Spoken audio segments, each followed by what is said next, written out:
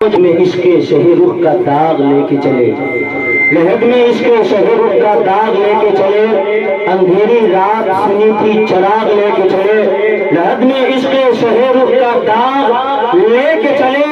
اندھیری رات سنی تھی چراغ لے کے چلے، اور یا رسول اللہ تیرے غلاموں کا نقش قدم ہے راہ خدا، یا رسول اللہ تیرے غلاموں کا نقش قدم ہے راہ خدا، وہ کیا بہک سکے جو یہ سراغ لے کے چلے، وہ کیا بہک سکے جو یہ سراغ لے کے چلے،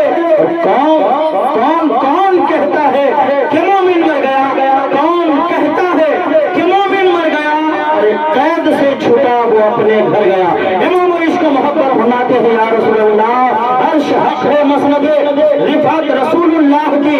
عرش حق ہے مسند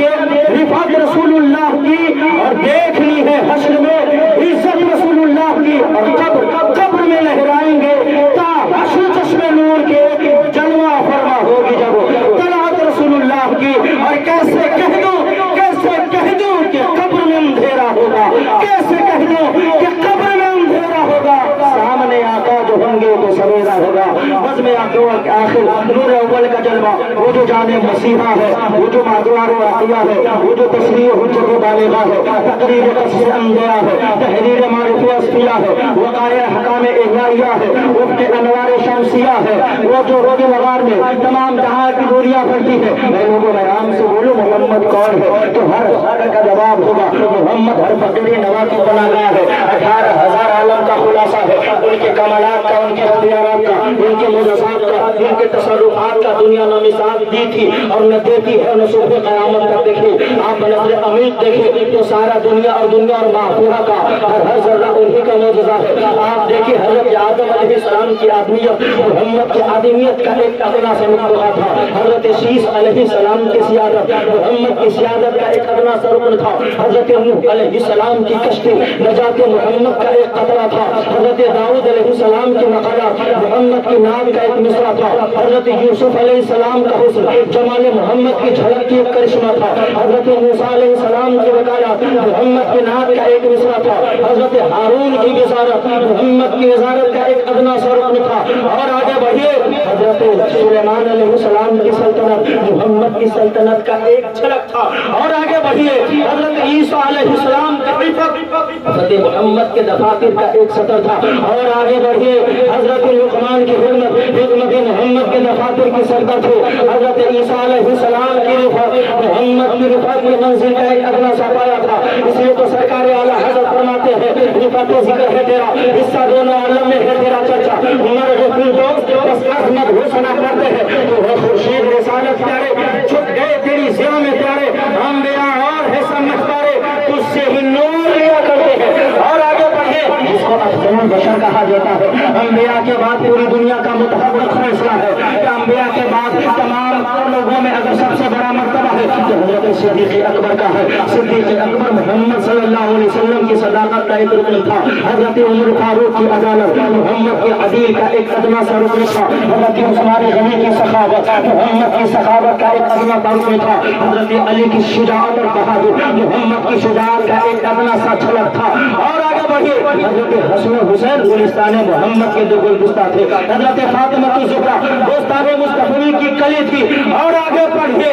عراق کی سرزمین پر حضرت غوث اعظم آپ کی بحر معرفت کا ایک قطرہ تھے، اور آگے بڑھیے حضرت امام اعظم آپ کی مصحف کا ایک حرف تھے، اور آگے بڑھیے اسی ہندوستان کی تاریخ کو پلٹ کر دیکھ لو، خواجہ خواجہ جناب خواجہ غریب نواز آپ کی سلطنت کے ایک سپاہی تھے، اور آگے بڑھیے بریلی کے تاجدار امام عشق و محبت آپ کے معجزوں میں سے ایک معجزہ تھے، اور حضور مفتی اعظم ہند آپ کی نور ہدایت کے ایک جھلک تھے، اس لیے تو سرکار اعلیٰ حضرت فرماتے ہیں یا رسول اللہ خلق سے اولیاء، اولیاء سے رسول، اور رسولوں سے اعلیٰ ہمارا نبی، ارے کون دیتا ہے دینے کو منہ چاہیے، کون دیتا ہے دینے کو منہ چاہیے، ارے دینے والا ہے سچا ہمارا نبی، اور سب چمک والے اجلوں میں چمکا کیے اندھے شیشوں میں چمکا ہمارا نبی، تب اعلیٰ حضرت فرماتے ہیں کہ سب سے اعلیٰ مولا ہمارا نبی، دونوں عالم کا دولہا ہمارا نبی۔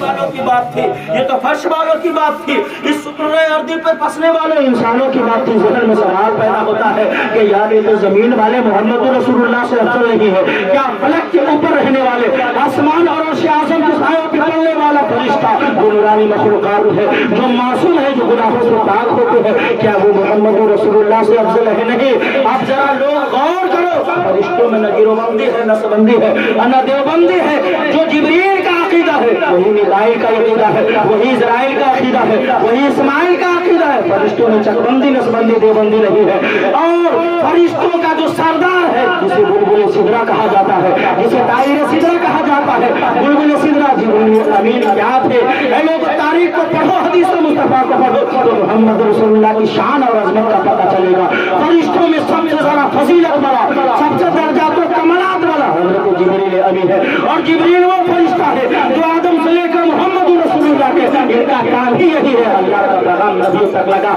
ان نے تمام نبیوں کی امتیوں کو دیکھا ہے۔ اب بتاؤ کیا محمد رسول اللہ کا مقام جبریل سے اونچا ہے یا کیا ہے؟ بلبل سدرا حضرت جبریل امین یہ کیا تھے؟ آپ نے سنا ہوگا شب معراج میں وہ قدسی مبارک نور والا فرشتہ محمد رسول اللہ کے قدمے کو چوما ہے، کعبہ ناز کو چوما ہے۔ حضرت جبریل امین آپ کے قاصد پہ حضرت میکائیل علیہ السلام آپ کے غلاموں کو رزق تقسیم کرنے والے ہیں۔ حضرت اسرائیل علیہ السلام خیل محمد کے جلاد ہے۔ حضرت اسرافیل علیہ السلام سورج کھڑے اور اذن محمد کا انتظار کر رہا ہے۔ اے لوگوں، قرآن آپ کا منشور ہے، کلمہ شہادت آپ کی تیغ ہے، روزہ آپ کی ڈھال ہے، پاکیزہ آپ کی طہارت ہے، میلاد آپ کا آمد ہے، معراج آپ کا سفر ہے، قل انما انا بشریت کے پردے کا تقاضا ہے، اور قد جاکم من اللہ نور آپ کی نورانیت کی تفسیر ہے، اللہ کی ذات اور صفات آپ کی پناہ گاہ ہے۔ اس لیے تو شہزادہ اعلیٰ حضرت مرشد برحق جلوہ قدرت حضور مفتی اعظم فرماتے یا رسول اللہ وصف کیا لکھے کوئی اس محبت انوار کا، وصف کیا لکھے کوئی اس محبت انوار کا؟ ارے محرمہ میں جلوہ ہے جس چاند سے رخسار کا، اور یا رسول اللہ عرش اعظم پر پھرے گا ہے شہ ابرار کا، بجتا ہے کونین میں ڈنکا میرے سر کا۔ فرماتا ہے فلا تقل لهما اف ولا تنهرهما وقل لهما قولا کریما۔ وہی قرآن کا ارشاد ہے اے اولادو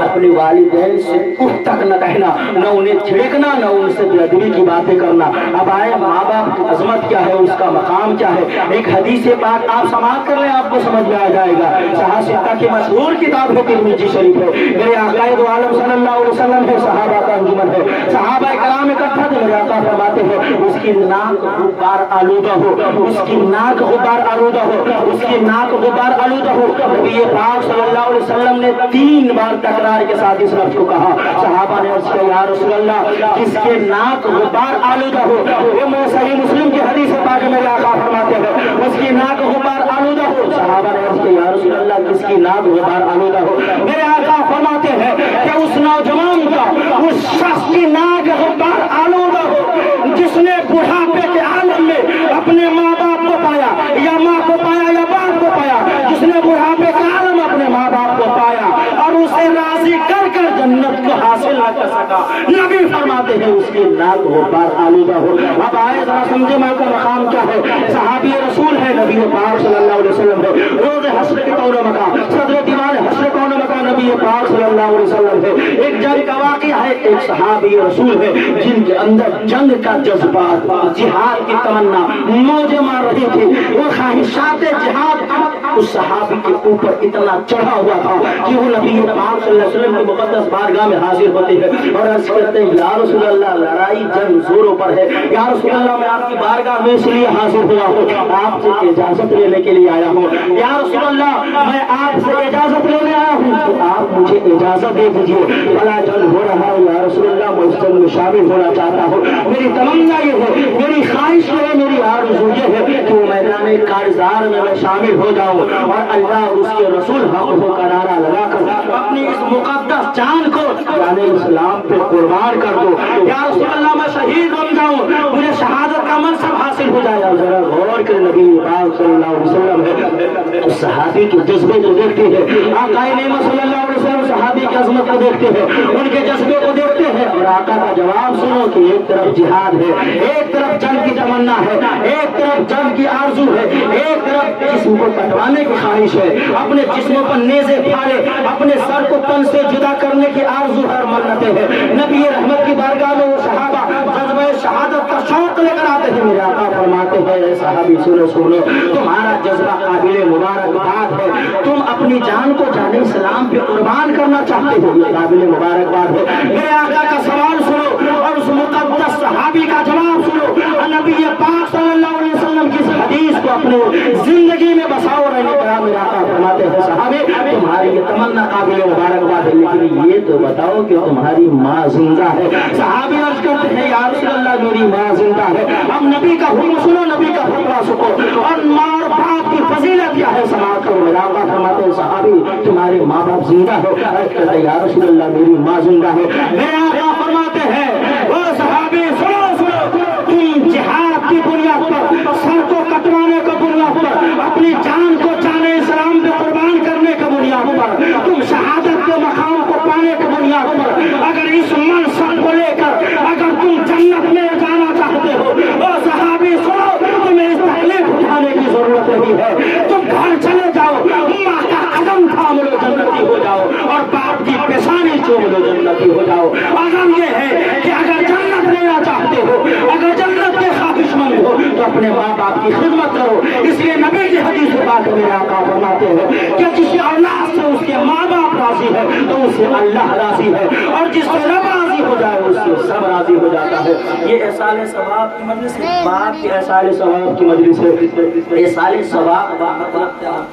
اب دو لفظوں میں سماعت کر لیجیے۔ احسال کا مطلب ہوتا ہے بھیجنا، پہنچانا، اور ثواب یعنی نیکی کا بدلہ، اچھے کام کا بدلہ۔ اب کچھ لوگ ہیں جو اس کا بھی انکار کرتے ہیں۔ اب ذرا غور کریں، کچھ لوگوں کا احسال ثواب نہیں بھی پہنچتا ہے، یہ بھی حدیث سے ثابت ہے، اور کچھ لوگوں کا پہنچتا ہے، یہ بھی حدیث سے ثابت ہے۔ حدیث پاک کو پڑھی، اصل قرآن خوانی کرتے ہیں، صدقہ خیرات کرتے ہیں، اس کی اصل کیا ہے، اس کی اسپرٹ کیا ہے، اس کی روح ہے احسال ثواب، اور یہ بے شک حق ہے، نبی کے زمانے میں بھی ہوا ہے۔ بخاری کی حدیث پاک ہے، یہ متفق علیہ حدیث ہے۔ نبی پاک صلی اللہ علیہ وسلم ہے، ایک صحابی رسول ہے جن کا نام حضرت سعد ہے، ان کی امی کا انتقال ہو گیا، ان کی والدہ محترمہ کا انتقال ہو گیا۔ نبی پاک صلی اللہ علیہ وسلم کی مقدس بارگاہ میں حاضر ہوتے ہیں، اور یہ حدیث بخاری کی حدیث پاک آپ ذرا غور کریں گے کہ نبی پاک صلی اللہ علیہ وسلم کے مقدس دور میں نبی کے حیات طیبہ میں احسال ثواب کا رواج تھا کہ نہیں، احسال ثواب موجود تھی کہ نہیں؟ آپ حدیث کو پڑھیے، بخاری کی حدیث بعد حضرت سعد کی والدہ کا انتقال ہو جاتا ہے۔ حضرت سعد رضی اللہ تعالیٰ عنہ ہے، یہ نبی پاک صلی اللہ علیہ وسلم کی مقدس بارگاہ میں حاضر ہوتے ہیں اور عرض کرتے ہیں یا رسول اللہ میری والدہ فوت ہو گئی ہے، یا رسول اللہ میری ماں کا انتقال ہو گیا ہے، ای صدقۃ افضل۔ حضرت سعد کہتے ہیں یا رسول اللہ میں اپنی آپ کی بارگاہ میں ایک مسئلہ پوچھنے آیا ہوں، آپ کی بارگاہ میں ایک فتویٰ پوچھنے آیا ہوں، یا رسول اللہ میری والدہ کا انتقال ہو گیا، ای صدقۃ افضل، یا رسول اللہ کون سا صدقہ افضل ہے، کون سا صدقہ بہتر ہے جس کا بینیفٹ، جس کا فائدہ میری والدہ کو پہنچے؟ میرے آقا فرماتے ہیں الماء، نبی پاک صلی اللہ علیہ وسلم نے فرمایا ایسا تم اپنی ماں کے لیے صدقہ کرنا چاہتے ہو تو ابھی اس حالات موجودہ میں پانی بہترین سب سے بڑا صدقہ ہے۔ نبی نے یہ حکم کیوں کہا؟ اس لیے کہ اس وقت جب حضرت سعد آئے تھے تو پانی کی بڑی قلت تھی، بڑے بڑے مشکلات سے ملا کرتے تھے۔ نبی پاک صلی اللہ علیہ وسلم نے ارشاد فرمایا الماء، اب بخاری کی حدیث پاک ہے غفر النبی وقال لهذه ام سعد، اب حدیث پاک کو پڑھیے، صحابی رسول حضرت سعد ہے، نبی پاک صلی اللہ علیہ وسلم سے مسئلہ پوچھنے کے بعد، فتویٰ پوچھنے کے بعد صحابی رسول حضرت سعد رضی اللہ تعالیٰ عنہ جاتے ہیں، فحفر الماء، کنواں کھودا گیا، اور کنواں کھودنے کے بعد اس کنویں کا نام ام سعد رکھا گیا۔ زمانہ بدلتے گئے، ارضیات بدلتے گئے، حادثات بدلتے گئے، لیکن مدینہ میں وہ آج بھی وہ کنواں موجود ہے، اور اس کنواں کو ام سعد